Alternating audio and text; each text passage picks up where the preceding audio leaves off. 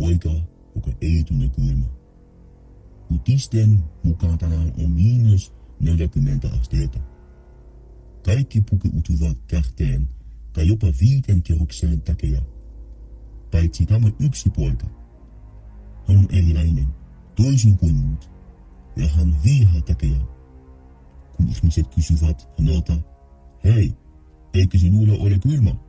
Hän vastaa yksinkertaisesti, ei. He katsovat häntä odosti ja pitävät häntä hulluna, mutta hän ei valita siitä vähäkään.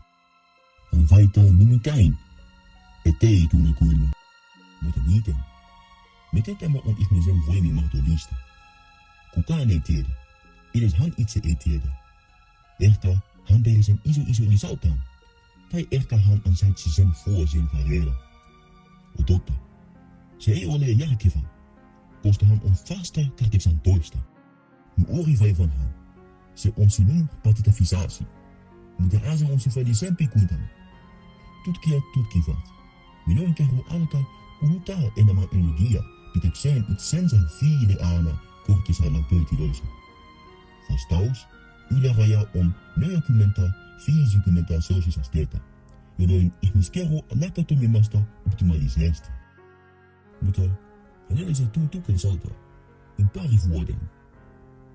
Hänen nimensä, en tiedä, mutta hänen taustansa, ehkä.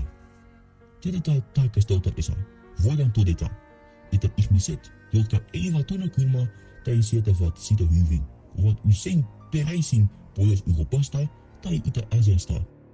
Jos he ovat kymmenien tuhansien vuosien aikaan kehittyneet selviytymään kylmässä ilmastossa. Mielestäni vastaus on edelleen erilainen.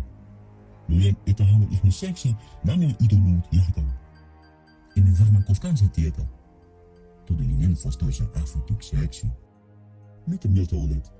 Keskustellaan siitä komiteissa. Siihen asti, kunnes seuraavan kerran.